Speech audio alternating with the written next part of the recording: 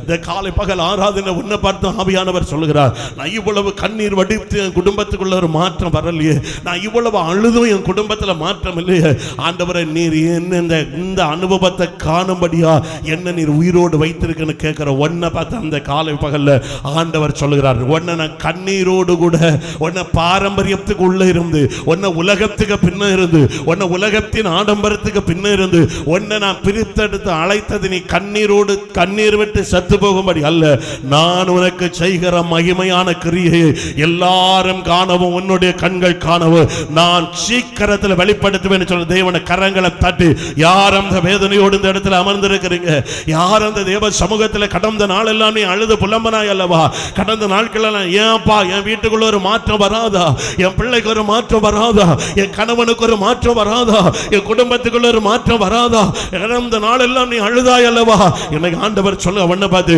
உன் ஜெபம் வீணா போகவே இல்லை. சத்தமா சொல்லுங்களேன் ஹல்லேலூயா. ஒன்று நீங்க புரிஞ்சுக்கணும், இந்த போராட்டம் எல்லாம் வரும், இந்த வேதனை எல்லாம் வரும், ஆனா ஒன்றை நினைச்சு கர்த்தருக்கு அபிஷேகம் உள்ளவங்க தேவனால் தெரிந்து கொள்ளப்பட்ட நம்ம ஒன்று புரிஞ்சுக்கணும், கர்த்தர் என் கூட இருக்கிறார் என்பதை அறிந்து கொள்ள அந்த போராட்டம் நம்மை மேற்கொள்ள கர்த்தர் விட்டு கொடுக்கவே மாட்டார். வேதம் சொல்லுது, ஆண்டவரே நீர் என்மேல் பிரியமா இருக்கிற என்பதை நான் அறிந்து கொண்டேன். எப்படி தெரியுமா?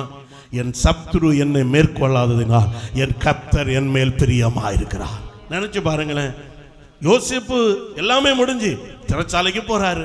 நான் கடந்த நாட்கள் அந்த வசனம் இருதயத்தில் ரொம்ப கிரியச்சது. நான் சில போராட்டங்களை சந்தித்த பொழுது யோசேப்பு சகோதரரால் பகைக்கப்படுகாரு, குழியில தூக்கி போடப்படுகாரு. அதுக்கப்புறம் சகோதரனை பார்த்தோன்னு கேட்க சொப்பனக்காரன் வாரான், நம்ம கையில் ஆண்டவர் தந்தாச்சு, இவனை கொன்னா இவன் எங்கோடி சொப்பனை, இவனுக்கு சொப்பனை நிறைவேற பாப்பன் தூக்குனாச்சு, தூக்கி குழிக்குள்ள போட்டுட்டானே. ஆனா அந்த குழிக்குள்ள போட்டப்ப கூட வசனம் சொல்லுது பாருங்க, ஆண்டவர் அங்கேயும் அவனை காப்பாற்றினார்னா அவனுக்கு மேல ஒரு தரிசனத்தை சொன்னவர் நிறைவேற்றதான் உயிரோட கிளப்பி விட்டார். அடுத்து நீங்க பாத்தீங்கன்னா அங்க போன இடத்துலயும் அவனுக்கு பிரச்சனை வந்து தலைக்கு மேல விழுந்துருது. ஆனா அங்கேயும் நீங்க பாத்தீங்கன்னா அவனுக்கு எவ்வளவு பெரிய தண்டனை, சிறைச்சாலையில வைக்கப்படுகிறான். அந்த சிறைச்சாலைக்குள்ள கூட நீங்க பாத்தீங்கன்னா இதுதான் கர்த்தரால் நடத்தப்படுகிற தேவனுடைய பிள்ளைகள். நிறைய பேர் சொல்லுவோம் இல்லையா, ஏதோ இருக்கு, அதை இருக்க வச்சிருக்கிற ஒரு பெரியவர். எத்தனை பேர் நம்புகிறீங்க? ஆமே. அப்ப இதுக்கு ஒரு ரகசியத்தை நீங்க புரிந்து கொள்ளணும். அங்க சிறைச்சாலைக்குள்ள போறது சிறைச்சாலை, ஜெயிலு, அங்கேயும் சிறைச்சாலையின் அதிகாரியுடைய கண்களில் ஆண்டவர் அவனுக்கு தயை கிடைக்க பண்ணினார். நல்லா புரிஞ்சுக்கணும், நீ கடந்து வந்த பாதை 2 மாதம், அதே போல கடந்த சில வருடங்களாய் நீ கடந்து வந்து கொண்டிருக்கிற பாதையில எல்லாம் நீ ஒன்று புரிஞ்சுக்க, சத்ரு அழிச்சிட்டான் நீ நினைச்ச. ஆனா அந்த இடத்துல எல்லாம் ஒன்ன எதுக்கு தெரியுமா கர்த்தர் அழிவுக்கு ஒப்பு கொடுக்காம தூக்கி எடுத்தாரு. அவர் ஒன்ன கொண்டு சில காரியம் குடும்பத்தில் தேசத்தில் நிறைவேற்றுவதற்கான சில திட்டம் வைத்த நம்புகிறவங்க கரங்களை தட்டி ஆமென் ஆண்டவரே, எங்களை கொண்டு கர்த்தர் சில காரியம் செய்ய போறதற்காய் ஸ்தோத்திரம். அதுதான் இந்த தாவீது எவ்வளவு வேதனையோடு சொல்ல, என் ஆவி என்னிலே தியங்குகிறது, என் இருதயம் எனக்குள் சோர்ந்து வர. தாவீது சொல்ல, என் ஆவி எனக்குள் தியங்குகிறது ஆண்டவரே. யாரு? அபிஷேகம் பண்ணப்பட்டவன். நினைச்சு பாருங்களேன், அபிஷேகம் பண்ணப்பட்ட தாவீது வேதனையோட. தேவ ஜனமே, இன்றைக்கு உலகத்தில் இருக்கிற கவலை இல்லை, ஆண்டவரை தேடாதவனுக்கு கவலை இல்லை. ஆண்டவரை தேடாதவனுக்கு அவன் நிம்மதியா இருக்கிறான். உன்னை பார்த்து ஆவியானவர் இந்த வேளையில உங்களோடு கூட நம்மோடு கூட பேசுகிற வார்த்தை, பயப்படாத. அவங்களுக்கு கவலை இல்லாம இருந்தாலும் உனக்கு சில கவலையும் புடமிடுதலும் உன்னை ஒரு சுத்த பொன்னாய் விளங்க செய்வதற்கு எதுவாய் சில போராட்டங்களை நீ சந்தித்துக் கொண்டிருக்கிறாய். போன வாரம் ஒரு வீட்டுக்கு ஜோம் பண்ண போயிருந்தோம். அந்த தாயார் சொல்லுகிறாங்க பாருங்க, நாங்க பேசிட்டு இருக்கோம், பாஸ்டர் சாப்பிட்றேன், சாப்பிட்டு படுத்தேன் நான் பகல். அவர் கடைக்கு போனாரு, நான் இங்க படுத்தேன். அடுத்து எழும்பணும்னா எழும்ப முடியல. இதுதான் மனுஷனுக்கு வாழ்க்கை. நாக்கு எவ்வளவு பேசிக்கிறலாம், பணம் இருக்கு, நான் சாதிச்சிருவேன்னு சொல்லலாம். நான் வரும்போது காரை ஓட்டிட்டு அதை யோசித்துட்டு வந்த அந்த வார்த்தை நினைச்சு பாருங்க. அவங்க படுத்தாவலாம், எழும்ப முடியல. இப்படி திரும்பினாலும் திரும்ப முடியல, இப்படி திரும்பினாலும் திரும்ப முடியல. அந்த அவங்க மனசுல தோணுதான் கையை தூக்கணும், காலை தூக்கணும் தோணுதான், ஆனால் தூக்க முடியலையே. மனசுல தோணுதான் கட்டில் ஏதாவது கரண்ட் ஏதாவது இதாகிட்டா, கனெக்ட் ஆகிட்டா, கரண்ட் மின்சாரம் இழுத்து வச்சது போல இருக்கு. அப்படி திரும்பி திரும்பி திரும்பி திரும்பி பார்த்து நடக்கல. அப்படியே படுத்தாவ, அப்பா இது என்னடா வாழ்க்கை. அடுத்து கொஞ்சம் நேரம் தாண்டி எப்படியும் கரண்ட் பிடிச்சாலும் உயிர் போகல எடுத்துட்டு படுத்துக்கிட்டார். அவர் வாராரு, வீட்டுக்காரர் வந்து அவர்கிட்ட இதை கட்டில் எங்கேயாவது கரண்ட் ஏதாவது இதாக இருக்கா பாருங்க, ஏதாவது ஒயராக டச் ஆகுதா பாருங்க. இல்லை, ஏன் அது எனக்கு பேசாவ என்னால் அசைய முடியலை, என்னால் எழும்ப முடியலை. இல்லையா, அதெல்லாம் ஒன்றும் இல்லையே. எழும்புன்னா அவராலையும் தூக்க முடியலை. பிறகுதான் தூக்கி உட்கார வச்சா இருக்க முடியாது, ஒன்றும் செய்ய முடியாது, அப்படியே உடனே மருத்துவமனை. ஆனால் அவங்க அதில் சொன்ன ஒரு வார்த்தை என்னென்னா, அவங்க அங்கேருந்து சொன்னாங்க, ஆண்டவரே என்னைய பார்க்க யாருமே இல்லை, என் வீட்டுக்காரருக்கும் அவருக்கும் சரீரத்துக்கு முடியலை, இப்படிப்பட்ட ஒரு நிலைமைன்னா நீர் எடுத்துடும். ஆனால் ஆண்டவர், நாங்கள் அங்கே போகும்போது நல்ல முறையில் சந்தோஷமாக கடமைகள் எல்லாம் செய்யக்கூடிய பலனை கர்த்தர் கொடுத்து ஒரே ஒரு சில நாட்களுக்குள்ள ஆண்டவர்களை பலப்படுத்தினார். சத்தமாக சொல்லலாம். அப்போ அவங்க சொன்னது, ஆண்டவர் என்ன உயிரோட காப்பாற்றினார், எனக்கு ஆண்டவர் கிருபை. இன்னைக்கு இந்த இடத்துல நம்ம இதே இடத்துல வேற விதத்தில் நம்ம யோசித்தா எப்படி யோசிச்சிருப்போம்? நான் இவ்வளோ ஜோம் பண்ணு, இவ்வளவு நான் செய்ய, ஏன் எனக்கு இது வரணும், ஏன் எனக்கு இந்த சூழ்நிலை? இந்த வார்த்தை இன்னைக்கு நான் உங்களுக்கு முன்ன பிரசங்கத்தில் இதை உதாரணமாக சொல்கிறேன்னா, இதே பலவீனத்தோடு கூட இருக்க ஒருத்தருக்குள்ள என்ன தோணும்னா, என் ஆண்டவர் அவங்களை எழுப்பின கர்த்தர் என்னையும் எழுப்பி நடத்த வல்லமையுள்ள ஆண்டவர். அப்ப நன்றா ஏன் நான் இதை சொல்லுகிறேன்? இந்த உலகத்தின் நிறைய காரியங்களை பார்க்கும்போது அவருக்கு கிருபைதான் நம்மளை, இதெல்லாம் நமக்கு வரக்கூடிய போராட்டம் இங்கே இருக்கிற உங்க வாழ்க்கையை நினைச்சு பாருங்க. இது போலப்பட்ட எத்தனையோ நிலைமை நமக்கு வந்தப்ப ஆண்டவர் ஏன் கைவிடலைன்னா, ஜனமே இன்னும் நான் சொல்லுகிறேன், உன் பிள்ளையுடைய நன்மையை காண்பதற்கு கர்த்தர் உன்னை வைத்திருக்கிறார். உன் சந்ததியுடைய ஆசீர்வாதத்தை காணும்படி கர்த்தர் வைத்திருக்கிறார். நீ வடித்த கண்ணீரின் சில பலனை நீ காணும்படிதான் கர்த்தர் உன்னை ஜீவனோடு. எத்தனை பேர் நம்புகிறவங்க சத்தமா சொல்லுங்களேன் ஹல்லேலூயா. அப்ப தெரிந்து கொள்ளப்பட்ட தாவீது சொல்லுகிறார், எவ்வளவு வேத, என் ஆவி என்னில் தியங்குகிறது ஆண்டவரே, என் இருதயம் எனக்கு சோர்ந்து போகிறது ஆண்டவரே. அப்ப சோர்ந்து போகிறவனுக்கு ஆண்டவர் பலன் கொடுக்கிறவர். அவர் வேதனையோடு, ஆண்டவரே என் இருதயம் சோர்ந்து போயிருக்கு ஆண்டவரே. காரணம் என்ன? அவர் சொல்ல, சத்துரு என் ஆத்துமாவை தொடர்ந்து என் பிராணனை தரையோடு நசுக்கி வெகு காலத்துக்கு முன் மரித்தவர்கள் போல என்னை இருளிலே இருக்க பண்ணுகிறான். சத்துரு யாரு? தாவீதுக்கு விரோதமாக எழும்பின சத்துரு யாரு? அவர் வனாந்திரத்தில் இருக்கும் வரையிலும் தாவீதுக்கு எந்த மனுஷனும் சத்துரு அல்ல. அவர் வனாந்திரத்தில் இருக்கும் வரையிலும் தாவீதை யாரும் அவரை மோசமா அவருக்கு விரோதமாக எழும்பி அவனை கொலை செய்யும்படி முயற்சிக்கல.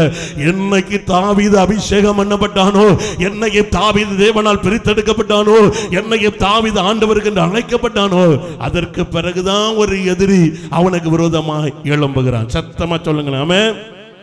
அதுக்கு பிறகுதான் எழும்புகிறான். நினைச்சு பாருங்க, தன் சொந்த மாமனார். இன்னைக்கு இந்த இடத்துல வந்திருக்க தேவ ஜனமே, நமக்கு வாழ்க்கையிலும் சில நேரம் நமக்கு கூட இருக்கிறவர்கள் நமக்கு எதிராக எழும்புவார்கள். அபிஷேகம் பண்ணப்பட்ட நமக்கு வாழ்க்கையில் இந்த அனுபவம் வருதுன்னா, கர்த்தர் என்னை உயர்த்தி மேன்மைப்படுத்துவதற்காக. நான் ஒரு நாள் எங்கேயாவது சென்னைக்கு போனாலும், மதுரைக்கு போனாலும், கோயம்புத்தூர் எங்க கூட்டத்துக்கு போனாலும், எங்கூட வந்து எங்கூட காரு ஓட்டின ஆளு, எங்கூட இருந்து எல்லாம் செய்த ஆளு.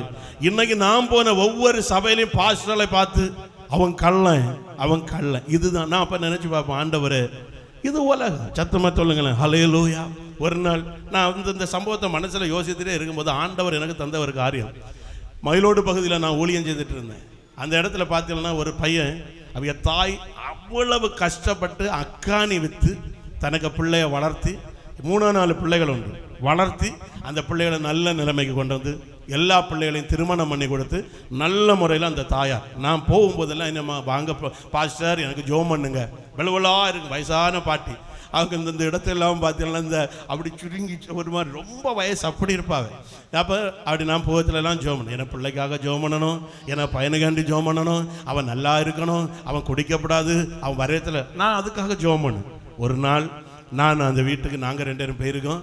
எங்களையும் கூப்பிட்டு போய் எங்களுக்கெல்லாம் டீ எல்லாம் தந்து ஜூஸ் எல்லாம் தந்து, அவங்க பாஸ்டர் இதுதான் எனக்கு பிள்ளை. அந்த தாய்க்கு சந்தோஷம் இருக்குது பாருங்க, பாஸ்டர் இதுதான் எனக்கு பிள்ளை, அவ்வளவு சந்தோஷமாக அறிமுகப்படுத்தினாங்க. சில நாட்கள் தாண்டின பிறகு பேப்பரில் ஒரு சம்பவம் பார்க்க, தாயை உலக்கையால் அடித்து கொண்டுட்டான் அந்த பையன்.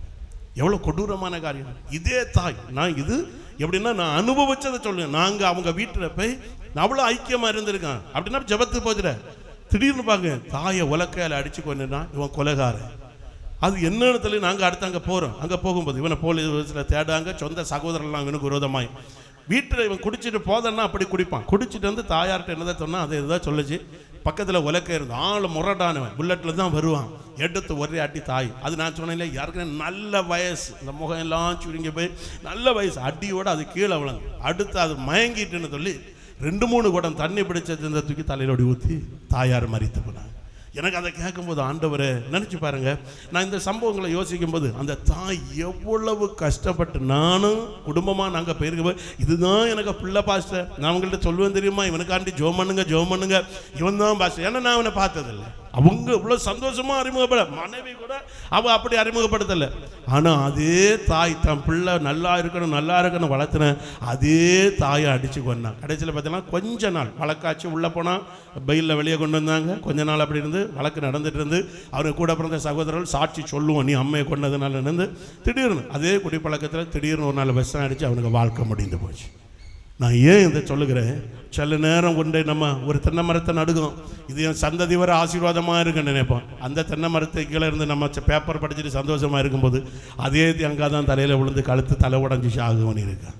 சிலது நமக்கு விரோதமாக. தாவீதை குறித்து வேதம் சொல்லுது, எந்த இஸ்ரவேல் ஜனங்களுக்காக எந்த தேவனால் அபிஷேகம் பண்ணப்பட்டு நிறுத்தப்பட்ட அந்த சவுல் அவனுக்கு விரோதமாய், தாவீதுக்கு விரோதமாய். இன்றைக்கு இந்த இடத்துல வந்து தேவ ஜனமே எத்தனை பேர் இன்னைக்கு அவனுக்கு சொன்ன, ஆண்டவரை என் சத்துருக்கள் இவ்வளோ பெருகி இருக்கிறாங்கப்பா, எனக்கு விரோதமாக நான் எடுத்துக்கொள்ளாததை கூட கொடுக்க வேண்டிய நிலைமையில் இருக்கிறேன். எத்தனை பேர் இன்னைக்கு குடும்பத்தால் பகைக்கப்பட்டு இந்த இடத்துல வந்திருக்கிறீங்களா?